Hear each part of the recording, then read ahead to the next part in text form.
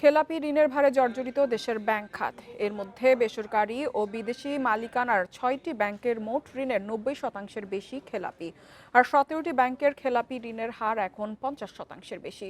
Bangladesh bank বলছে এটি banking খাতে বড় ধরনের ঝুঁকি তৈরি করছে, তাই ব্যাংকগুলোকে ঋণ আদায়ে জোর দেওয়ার পরামর্শ কর্মকর্তাদের।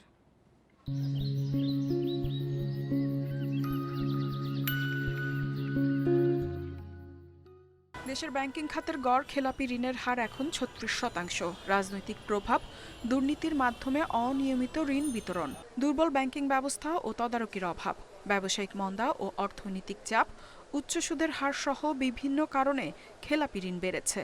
এছাড়া গণনার নীতিতে পরিবর্তন আনায় আগের লুকোনো খেলাপি ঋণগুলোও এখন প্রকাশ পাচ্ছে। তবে সব ব্যাংকের অবস্থা একরকম নয়। সেপ্টেম্বর শেষে দেশের ৬১টি ব্যাংকের মধ্যে ২৩টির খেলাপি ঋণের হার ১০%-এর নিচে রয়েছে, আর ১৭টি ব্যাংকের খেলাপি ঋণ ৫০%-এর উপরে উঠে গেছে। এর মধ্যে কোনো কোনো ব্যাংক আমানতকারীর টাকা যথাসময়ে ফেরতও দিতে পারছে না। ৯০%-এর বেশি খেলাপি হওয়া ব্যাংকের তালিকায় রয়েছে ৬টি ব্যাংক। সবচেয়ে খারাপ অবস্থায় রয়েছে বিদেশি মালিকানার ন্যাশনাল ব্যাংক অফ পাকিস্তান। ব্যাংকটি ৯৯.৮৪% ঋণ খেলাপিতে পরিণত হয়েছে।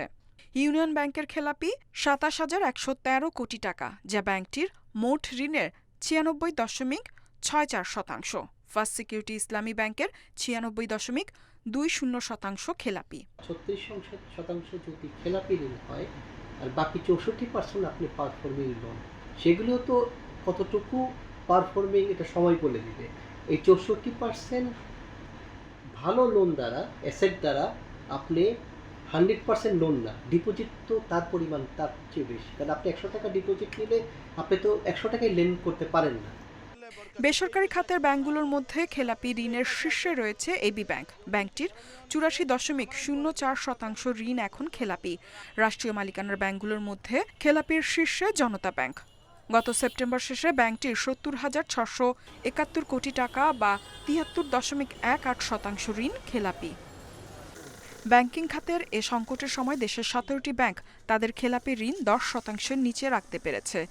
ঋণ বিতরণে সতর্কতা, কঠোর নজরদারি এবং সময়মতো ঋণ আদায়ের কারণে এসব ব্যাংক খেলাপি ঋণ নিয়ন্ত্রণ করতে পেরেছে বলছেন খাত সংশ্লিষ্টরা।